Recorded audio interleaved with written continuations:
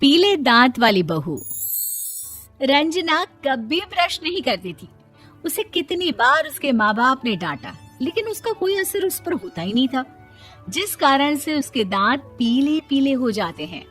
शादी के बाद अरे बहू, वैसे तो तुझ में कोई कमी नहीं है, पर तेरे दांत दांत इतने पीले कैसे हैं बेटा?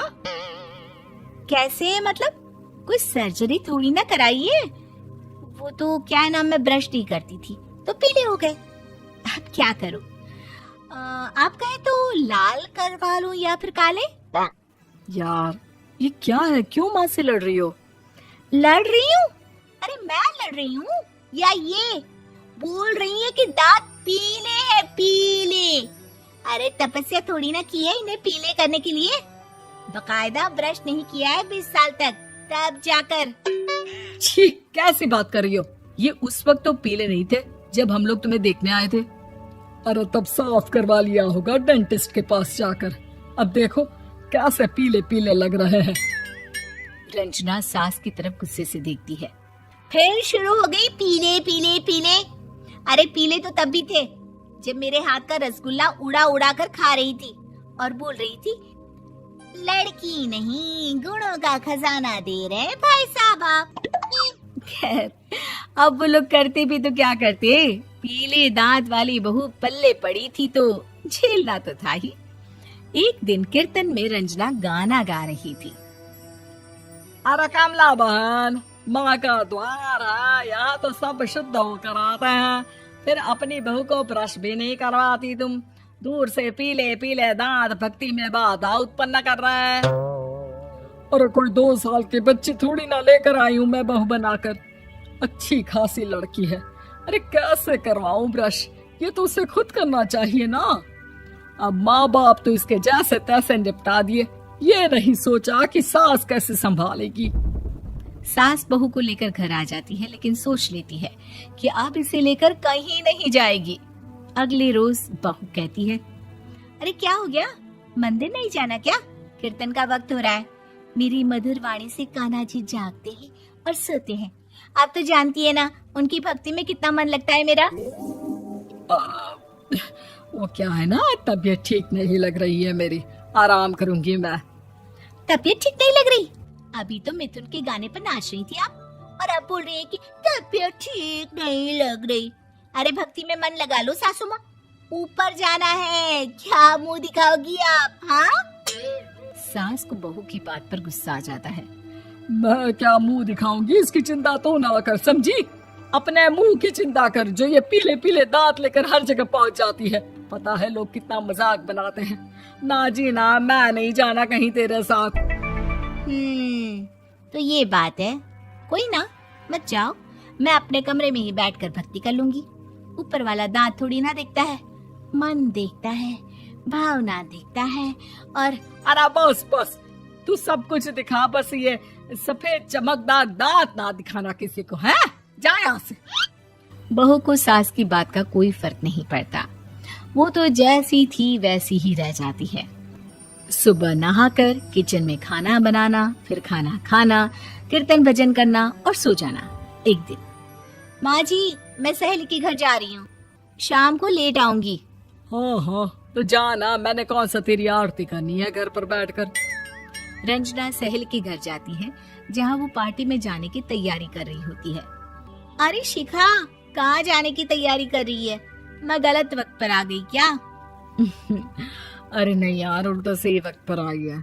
मैंने ये साड़ी और ज्वेलरी निकाली है यार, शाम को इनके ऑफिस की एक पार्टी में जाना है। बताना कैसा लग रहा है ये सब? नहीं यार, इस ड्रेस के साथ तो वो वाली ज्वेलरी अच्छी लगेगी। हाँ हाँ सही बोल रही है, मैंने ध्यान ही नहीं दिया। वैसे तो हमेशा से मस्त फैशन सेंस रखती है। तो बड़ा जाती होगी ना पति के साथ पार्टी में। रंजना कुछ नहीं बोलती, बस सोचती है कि यार काश ये बात सही हो जाती, पर मैं क्यों नहीं जाती पार्टी में? क्या इन लोगों की कोई पार्टी होती नहीं होगी? रंजना घर आती है और रात में पति से सवाल करती है, एक बात बताइए, आप मुझे किसी पार्टी में क्यों नहीं ले जाते? क्या आपकी यहाँ ऑफिस में पार्टी नहीं होती? पति बेचारा क्या कहता कि दांत पीले हैं तुम्हारे इसलिए। अरे कोई पार्टी होती नहीं हम लोगों के ऑफिस में, तो कहाँ से लेकर जाऊं? और मार्केट, मॉल, कहीं वीकेंड घूमना, कहीं तो। अरे यार, सारे हफ्ते में एक छुट्टी मिलती है, तो सोचता हूँ कि आराम ही कर लूं। क्यों? रंजना मन मार के रह जाती है। पहले कभी सास के साथ मंदिर जाया करती थी, लेकिन वो भी सास ने ले जाना बंद कर दिया। घर बैठी बैठी रंजना बोर हो जाती है।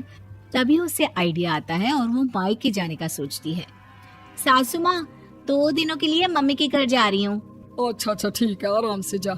और हाँ, माँ से कुछ अच्छी आदत सीख कर आना कि कैसे शरीर के हर भाग की तरह दांतों की सफाई भी जरूरी होती है, समझी? शुरू हो गई ना आप। वो लोग आपकी तरह नहीं है कि छोटी छोटी बात का बतंगड़ बना दे। उन लोगों के लिए मैं मायने रखती हूँ, ना कि मेरे पीले पीले दांत। रंजना माँ को बिना बताए उन लोगों को सरप्राइज देती है, लेकिन जैसे ही वो दरवाजे पर पहुंचती है, अंदर देखती है कि घर वाले कहीं जा रहे होते हैं।